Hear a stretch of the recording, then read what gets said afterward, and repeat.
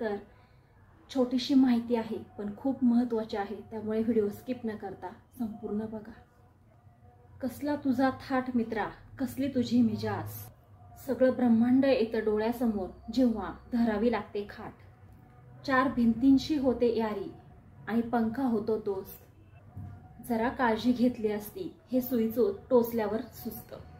बघे येतात बघून जातात, फळांचा ढीग रचून जातात, सल्ल्यांचा पाढा वरती 4 वेळा शिवून आलेले वाचून जातात। जे 3 वेळा व्हेंटिलेटरवर होते ते सांगतात काळजी घ्यायची। आपण फक्त 3 वेळा गोळ्या खाऊन कोणाचं वाईट केले हे आठवत बसायचं। हाच काय तो काळ जेव्हा आठवतं खरं आणि उत्तरही मिळतं खरं। सगळं कबूल करतो देवा, आता वाटू दे बरं। असेल झोळीत पुण्याई तर डॉक्टर म्हणतात अभिनंदन, आणि नसेल पुण्य तर तोंडामध्ये पान आणि डोक्याखाली चंदन। गमतीचा भाग सोडा पण सत्य हेच आहे, पण चिंता का त्या वेळेची, ती यायची तेव्हा येईल। आपलं मन कसं असतं बघा, तुमचं मन जे ठरवतं, जो तुम्ही विचार करता मनातून तेच निर्माण होत असतं। कारण आपण जो विचार करतो तेच सगळं घडत असतं, यावर जगातील कोणतीच गोष्ट काहीही करू शकत नाही। तुमच्या मनातील विचारच तुमच्या मनावर परिणाम करत असतात, हीच मोठी वस्तुस्थिती आहे। एका कैद्याचं उदाहरण देणार आहे मी, त्यामुळे व्हिडिओ संपूर्ण बघा। जर स्वतःला घडवायचं असेल तर आधी स्वतःच्या मनाला घडवा। सगळ्यात सामर्थ्यशाली जर कुठली गोष्ट असेल, ज्याला आपण अनलिमिटेड पॉवर बँक म्हणतो, ते आहे आपलं मन। तर आता एक गोष्ट सांगते, एका कैद्याला मृत्यूदंडाची शिक्षा झाली। आता मृत्यूदंड म्हणजे सगळ्यांना माहिती आहे, फासावर चढवणं। तर पुढे काय झाले, शास्त्रज्ञानाने ठरवले त्यांना प्रयोग करायचा होता। त्यांनी न्यायमूर्तीला विनंती केली की आपण ह्या कैद्याला फाशी देण्याऐवजी आपण याला विषारी सर्पाने दंश देऊ, कारण तसंही त्याला शिक्षाही द्यायचीच होती। मग शास्त्रज्ञांना प्रयोग करायचा होता, त्यानुसार न्यायमूर्तींनी त्यांना परवानगी दिली। तर त्याच दिवशी शास्त्रज्ञांनी त्या कैद्याला सांगितले की परवा दिवशी सकाळी 11 वाजता तुला सर्पाचा दंश करून तुझं जीवन संपवण्यात येईल, म्हणजेच तुला ही शिक्षा मान्य झालेली आहे। तर 2 दिवस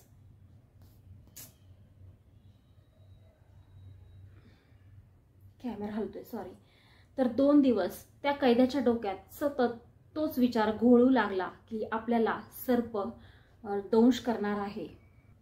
तर 2 दिवस असा विचार चालू असताना तो दिवस उजडला आणि कैद्याच्या डोळ्याला पट्टी बांधण्यात आली आणि कैद्याला सांगितले आता तुला थोड्याच वेळात, काही क्षणांमध्ये तुला सर्पाचा दंश करण्यात येईल आणि तू मरशील।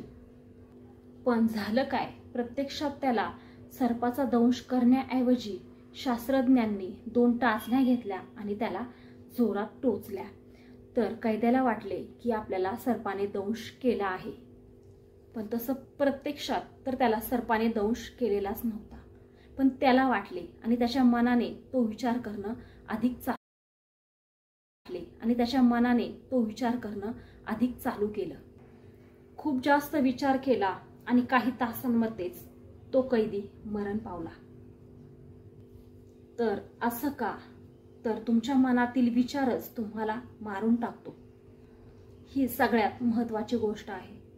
तुम्ही जर पॉझिटिव्ह विचार केला तर तुमच्या आयुष्यात सगळं पॉझिटिव्हच घडणार आहे, आणि तुम्ही जर निगेटिव्ह विचार केला तर तुमच्या आयुष्यात सगळं निगेटिव्हच घडणार आहे। सगळा खेळ हा आपल्या मनाचा असतो। तुम्ही कोण आहात काही फरक पडत नाही, पण तुम्ही भविष्यात कोण बनणार आहात हे खूप महत्त्वाचं आहे।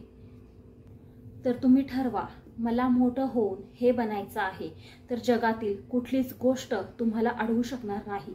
जे तुम्ही ठरवाल तेच तुमच्या आयुष्यात घडत असतं।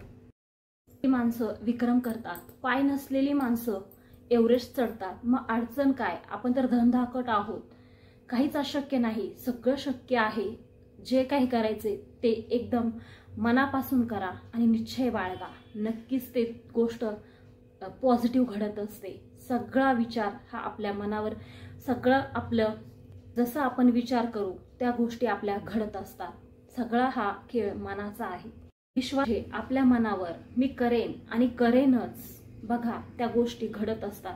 पॉझिटिव्ह विचार केला तर पॉझिटिव्हच गोष्टी घडत असतात. आपल्या लेकरांसोबत संवाद आहे का? आपला त्यांच्यासोबत सहवास आहे का? त्यांच्या शाळेची फी भरणं, त्यांना हवं नको ते आणून देणं, मुलांना खाऊ घालणं एवढीच पालक म्हणून आपली, तुमची किंवा माझी जबाबदारी नाहीये. आपण म्हणतो पोरगं मोठं झाल्यावर मेडिकलला गेलं पाहिजे, भले भारतात नंबर नाही लागला तर रशियात जाऊ दे. पण त्या मुलांना काय वाटतं हा पण विचार केलाय का? त्यांना जे करायचे, ज्यांच्यामध्ये त्यांना इंटरेस्ट आहे ते करू द्यात, प्रेशर नको. लातूरची पोरं कामासाठी दुबईला गेली, पण त्यांचं शिक्षण कमी होतं. इथे नोकऱ्या नाही म्हणून दुबईला गेली.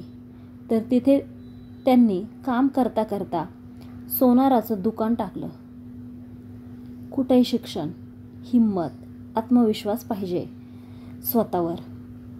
फक्त शिक्षण घेऊन, डिग्री मिळवून घरात बसून काय उपयोग? आपण म्हणतो नोकऱ्या नाहीत, शिक्षण पण पाहिजे. शिक्षणासोबत कलाही महत्त्वाची आहे.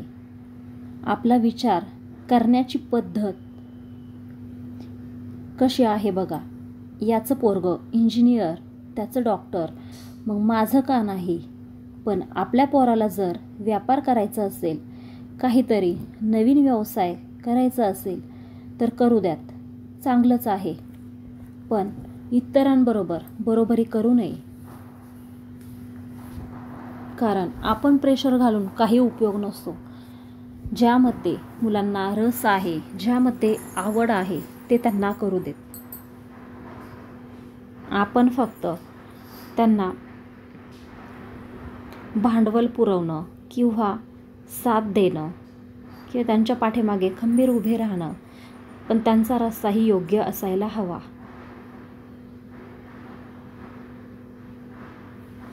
तर माझी छोटीशी माहिती कशी वाटली आवर्जून कमेंटमध्ये सांगा. आणि आवडली असेल तर चॅनलला सबस्क्राईब नक्की करा, लाईक करा आणि जास्तीत जास्त शेअर करा. धन्यवाद.